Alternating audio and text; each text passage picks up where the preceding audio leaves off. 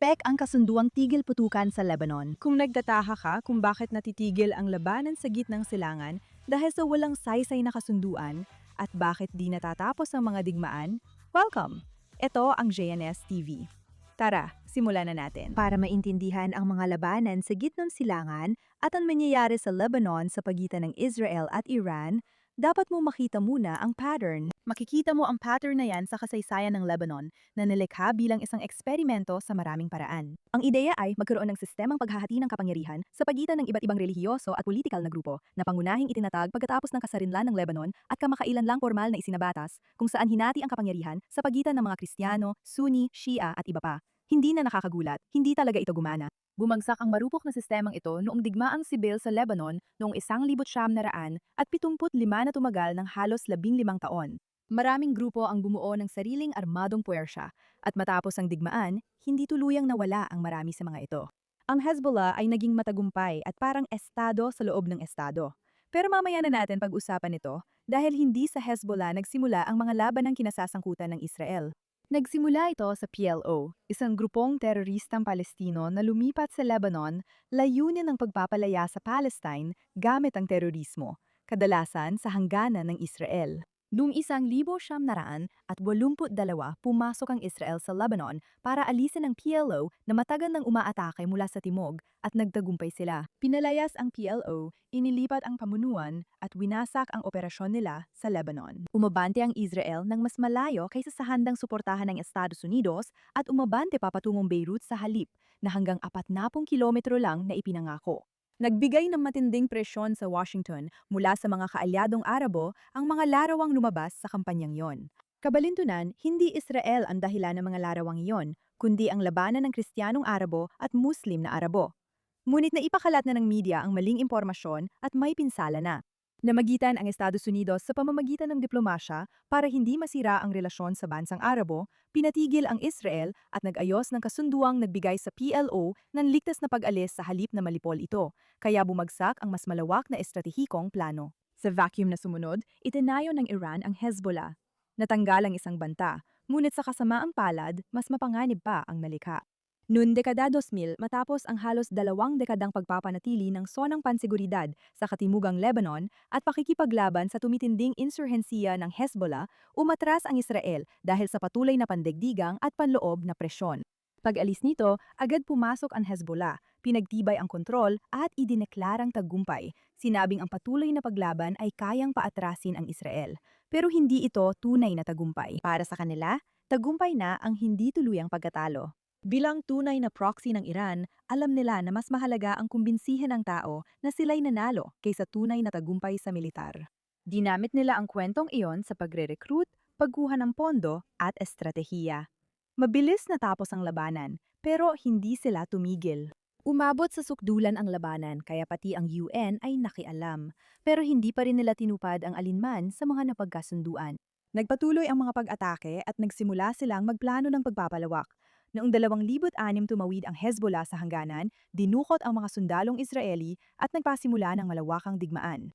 Naglunsad ang Israel na malawakang kampanyang militar at sa isang punto ay nagkaroon sila ng totoong pagkakataon na maputol ang pangunahing ruta ng supply ng Hezbollah sa pamamagitan ng Syria, sa panahong ang Iran ay nasa ilalim ng matinding presyon at hindi gaanong kayang tumugon. Sana'y nagwakas na ang Hezbollah sa hakbang na ito, pero pinilit ng pandigdigang presyon ang tigil putukan bago mangyari yon. Nanawagan ang Resolusyon 1700 at isa ng UN sa pagdidisarma ng Hezbollah, pero walang mekanismo para ipatupad ito. Sumunod ang Israel, ngunit hindi ito ginawa ng kabilang panig. Muling nagpatatag ang Hezbollah mula sa libu-libong rocket ay naging 10,000 hanggang umabot na sa mahigit 150,000. Isang hindi ganap na tagumpay ang nagbunga ng mas malakas na kaaway. Sa sumunod na labanan na tumagal ng maraming taon, patuloy na nagpapaputok ang Hezbollah. May tigil putukan pero hindi sila tumigil. Pagkatapos ng Oktubre 7, sumali sila makalipas lang ang ilang linggo. Nakakatawa na nasanay na ang mga tao sa pagpapaputok ng rocket kaya di na nila ramdam na labag ito sa tigil putukan. Sa puntong ito, hindi na ito matitiis ng Israel. Matagal na silang naghahanda, alam nilang lumalakas si Hezbollah at hindi maiiwasan ang bagong sagupaan. Kaya, isinasagawa ng Israel ang isa sa pinakasopistikadong kampanya, pinahihina ang pamunuan ni Hezbollah, tinatarget ang infrastruktura at nabawasan ang kanilang armas. Muling may tigil putukan, tapos balik na naman sa pagbangon. Paulit-ulit ang pattern na ito. Pinapalala ng mga terorista ang sitwasyon at naglulunsad ng digmaan ang Israel na suportado ng US. Habang malapit na silang matapos, hinarang sila ng US. Nasugatan ang mga terorista pero hindi napatay. Muling nagtipon sila, muling nagpalakas at nagpatuloy. Kaya ang tanong, bakit ito laging nangyayari? Para masagot, kailangan mong malaman na hindi lang iisang layunin ng Estados Unidos sa gitnang silangan. Laging may hindi bababa sa tatlong layunin, ngunit halos hindi nagkasabay-sabay ang mga ito sa trahedya ng Lebanon. Ang una sa mga layunin ay geopolitical, ang mapanatili ang mga kalabang malalaking kapangyarihan na malayo sa rehiyon. Una, ang Soviet Union at ngayon, Russia, China at pinakaimportante, Iran. Tulad ng alam mo, mahalaga ang geopolitical na lokasyon ng gitnang silangan para sa Europa at Amerika dahil dito nabibigyan ng kapangyarihan at kontrol ang mga kaaway. Lalo na kapag alam mong may tendensya ang mga estadong ito sa ekstremismo, nagiging malaking problema ito. At kung gusto mong pigilan ng 1,960 o 70 DS o 80 DS ang paglago ng Soviet, wala kang interes na lumawak yun sa mga bansang Arabo na nagdadala sa atin sa pangalawa. Pangalawa, ang pagpapanatili ng matatag na relasyon sa mga estadong Arabo na mahalaga sa kooperasyon para sa enerhiya, seguridad ng rehiyon at estratehikong pagkakahanay. Alam natin ang tungkol sa langis, kalakalan at kung paano nila naaapektuhan ang milyon-milyong tao sa buong mundo, kaya interesado ang Amerika na manatiling kaibigan ang mga estadong Arabo. Pangatlo, ang suporta sa Israel ay matibay na bahagi ng patakarang panlabas ng Amerika mula 1,900 at 48 at hindi lang ito isyu ng relihiyon. Ito ay isang pagkakaunawa na kami lang talaga ang tunay na kanduraning entidad dito. Para maisa katuparan ang una at pangalawa, kailangan mo magkaroon ng matibay na presensya sa gitnang silangan. Ang tunay na problema ay ang pangalawang interes, ang pagpapanatili ng alyansa sa mga Arabo, ay paulit-ulit na sumasalungat sa una ang buong pagsuporta sa layuning militar ng Israel. Kapag nangyayari ang banggaang iyon, madalas nililimitahan ng Estados Unidos ang kilos ng Israel. Hindi ito dahil gusto nilang matalo ang Israel, at sa totoo lang, hindi naman talaga ito natatalo, kundi dahil hindi kayang isugal ang lahat ng iba pa. Ibig sabihin nito ay may tiyak na pattern sa aktwal na sitwasyon. Kailangang kumilos ang Israel para alisin ang banta. Magtatagumpay ito sa aspetong militar kahit paano upang matiyak ang pangmatagalang katatagan nito. At pagkatapos, bago pa maging permanente ang tagumpay na iyon, ititigil ang operasyon na mag-iiwan ng isang puwang. At sa Lebanon, sa buong gitnang silangan, hindi na nanatiling walang laman ang mga puwang. Napupuno ang mga ito. Madalas napupuno ang mga iyon ng mga proxy ng Iran tulad ng Hezbollah. Ilang beses ko na rin binanggit ang Hezbollah, pero sino nga ba sila? Una, hindi totoo na sila ay nilikha dahil sa pagsalakay ng Israel noong 1982 itong taktika ng Iran na paulit-ulit ginagamit. Tinitingnan nila ang mga kinalabasan ng kasaysayan at pagkatapos ay binabago nila ang mga kinalabasang iyon bilang mga layunin ng kanilang mga aksyon. Ang pasiya na likhay ng Hezbollah ay ginawa sa Teheran noong 1979 at 79 pagkatapos ng revolusyon sa Iran upang bumuo ng isang singsing ng apoy sa paligid ng Israel, lalo na sa Lebanon dahil sa mahalagang lokasyon nito. Pagsapit ng 1981 naroon na sa Lebanon ang mga operatiba ng Iran at itinatayo na ito at kalaunan naging kakaiba at mahirap harapin ng Hezbollah dahil naging apat na bagay ito ng sabay-sabay. Una, isang malakas na armadong puwersang militar ito, mas malaki pa sa militar ng NATO at pinakamalaking hukbong hindi pang estado sa reyon. Pangalawa, aktor sa politika sa mga sistema ng Lebanon na inihahalal at may kontrol sa paaralan at infrastruktura. Pangatlo, isang pandaigdigang pinansyal at kriminal na network, ang pinakamalaking kartel ng droga sa gitnang silangan. At pang-apat, sila ang pangunahing estratehikong asset ng Iran sa hangganan ng Israel na nagdudulot ng mas malalim na issue. Hindi hiwalay na teroristang grupo ang Hezbollah. Isa itong pagpapalawig ng kapangyarihan ng Iran na pinopondohan, inaarmasan at pinananatili ng Iran bilang bahagi ng mas malawak na estratehiya para magpakita ng puwersa ng walang direktang komprontasyon. Sanay na tayong nagpapakawala ang Iran ng ballistic missile, pero 2 taon lang ang nakalipas. Bawal pa ito. Dati, iniisip pa ng marami na baka hindi konektado ang Hezbollah sa Iran. Hindi malinaw noon ang direktang kaugnayan. Ngayon, malinaw na ito sa lahat dahil direktang hinaharap na ang Iran. Pero sinubukan talaga ng Iran na magpakakalmado at magpanggap na hindi sila direktang kasali. Kaya, basta hindi natatamaan ng Iran, kaya ng Hezbollah tiisin ang pinsala, umatras, at muling gumangon. Yun mismo ang ginawa nila hanggang sa puntong ito. Dahil na yun lang, nagbabago na ang kanilang nakasanayang kalagayan. Ngayon, ang Estados Unidos at Israel ay lumampas na sa simpleng pagpigil sa mga proxy sa 80% na antas. Direkta nilang tina-target ang Iran at ginugulo ang mga estrukturang sumuporta sa Hezbollah. Malaking pagkakamali ang magpukus lang sa mga proxy sa loob ng taon. Kapag tinanggal ang ulo, namamatay ang katawan. Hanggat di hinaharap ang Iran, walang pagkakataong manaig laban sa Hezbollah. Dagdag pa, ang mga pangunahing estadong Arabo na karaniwang laban sa Israel ay nakikialam din laban sa iba pang estadong Arabo, lalo na sa mga Palestino. Ang mga teroristang grupo ay hindi na kumikilos sa parehong antas ng pagpipigil, kundi interesado na talagang limitahan ang impluensya ng Iran. Hindi sila masaya sa Israel at hayagang kinokondena ito. Pero tahimik lang, ito talaga ang matagal na nilang inaasahan ng Israel ang mag-aalis ng problema sa Iran. Pero marahil, ang pinakaimportante, may pagbabago ring naganap sa loob ng Lebanon. Hindi napapansin ng marami na hindi gusto ng mga taga-Lebanon ang Hezbollah, pero wala silang lakas para lumaban. Kapag pinag-uusapan ng mga sigalot, madalas nating nababanggit ang desisyon ng mga namumuno, pero nakakalimutan natin ang totoong nadurusa, ang mga taga-Lebanon at ang kanilang nais. At habang hati sila, gaya ng nabanggit, may Kristiyanong Arabo, Shia, Sunni at iba't ibang uri ng tao doon. Marami ang hindi masaya sa sitwasyon ng Hezbollah. Naikondisyon silang maniwala na naroon ang Hezbollah dahil sa Israel, pero hindi yun totoo. Iyon lang ang dahilan ng pag-iral ng Hezbollah, para kontrolin ng Iran ang Lebanon at panatilihin itong magulo para magamit nila bilang daan papunta sa dagat. Mali ang isipin na laban ng Israel sa Lebanon. Ang totoo, Israel ay nakikipaglaban sa Hezbollah na nakapaloob na sa Lebanon. Matagal nang hinihiling ng Israel na buwagin ng Lebanon ang Hezbollah, pero hindi ito ginawa ng mga pamahalaan. Ngayon, ipinapakita ng bagong pamahalaan ng Lebanon ang kagustuhang ipatupad ang kanilang soberanya na matagal nang hindi nakita. Bagong pangyayari ito. Sila ang pumirma ng kasunduan at nasa Washington ngayon para makipagnegosasyon. Kaya medyo nakakalito ang kasalukuyang tigil putukan. Sa papel, malinaw ang kondisyon. Dapat umatras ang Hezbollah mula sa timog. Dapat ang hukbong Lebanese ang kumontrol at ang pamahalaan ang magpatupad ng soberanya nito. Pero hindi pa ito talaga gumana noon. At mas mahalaga, ang kasunduang ito ay hindi naman talaga sa Hezbollah, na pwede lang balewalain ito. Kasama ang Lebanon sa kasunduang ito, kaya hindi ito gaanong epektibo. Tandaan, ang Hezbollah ay parang estado sa loob ng Lebanon at iba sa pamahalaan. Sinabi nilang hindi sila interesado sa kasunduan. Dati, ang mga tigil putukan ay direktang pinipirmahan kasama ang Hezbollah.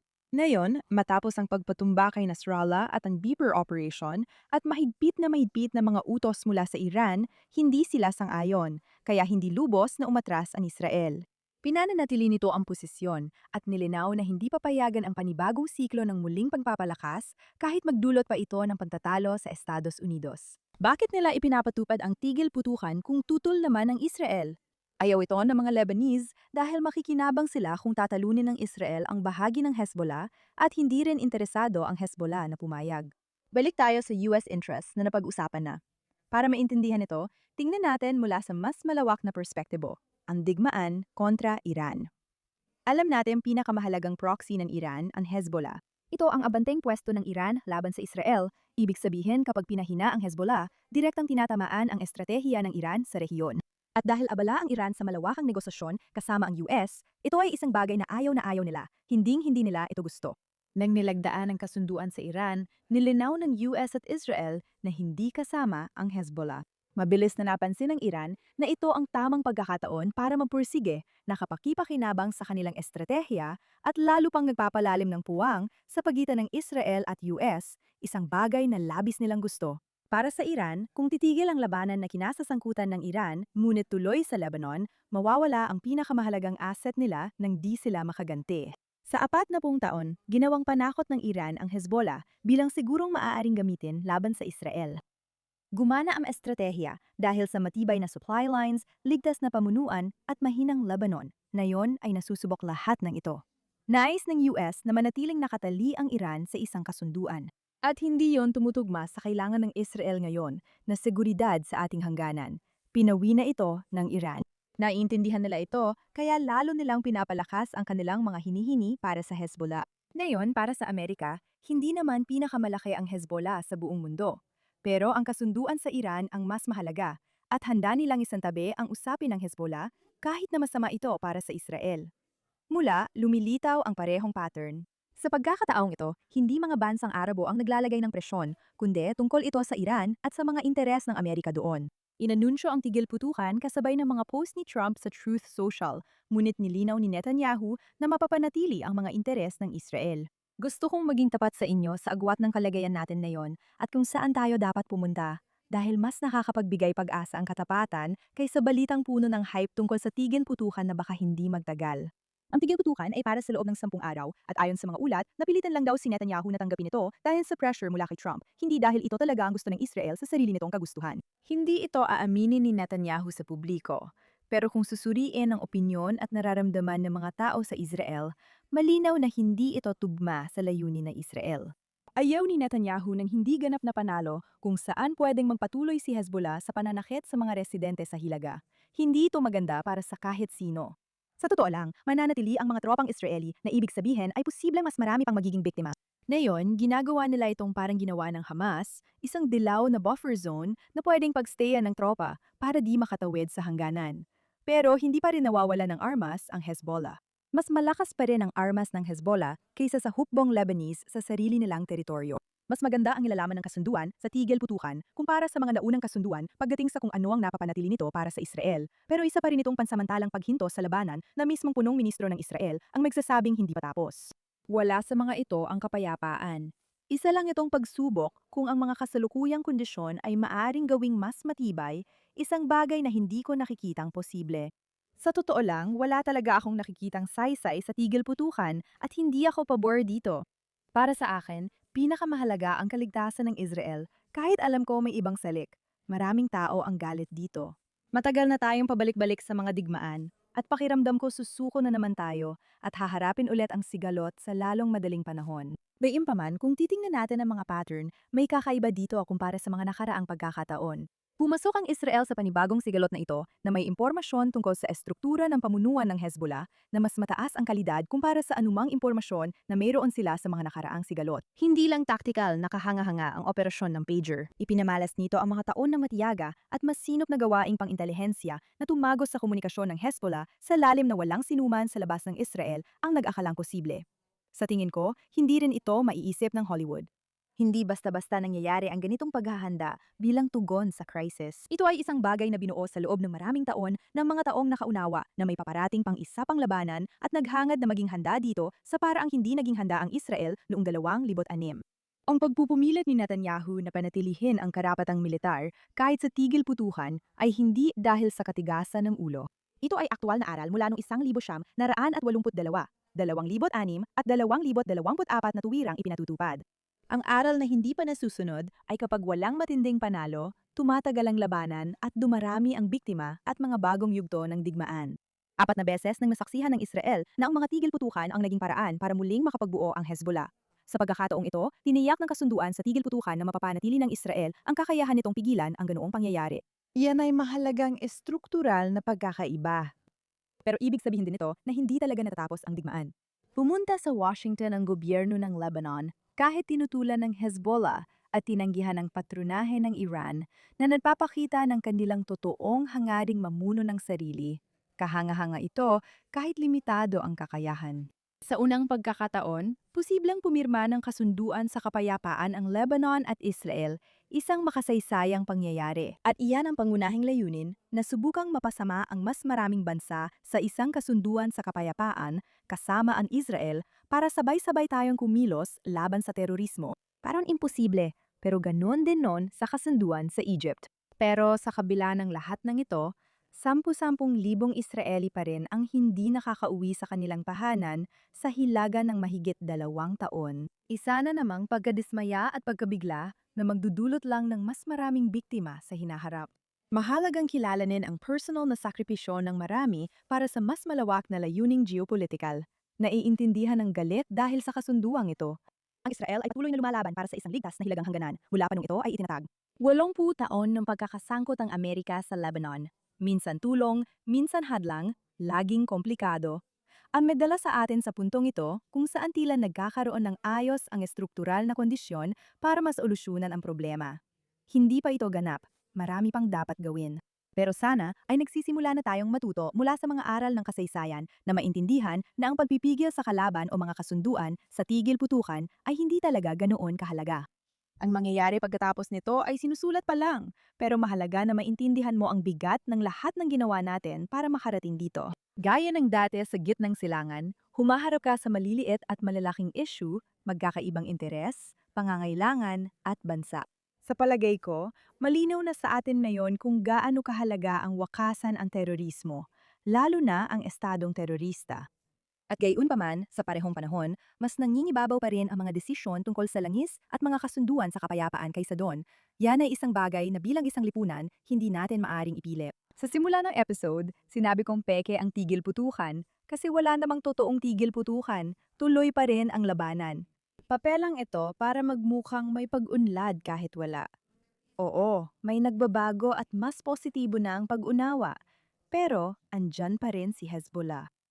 Talagang malaki ang nabawas sa kanila. Sa tingin ko, sabi ni Netanyahu kahapon, 70% ng kanilang kakayahan ay natanggal na. Pero alam natin na kahit 10% lang ang natira, kaya pa rin nilang gawing 200 o 300%. Iyan ang dapat nating ipaglaban. Ako si Ira Kay, magkita tayo sa susunod.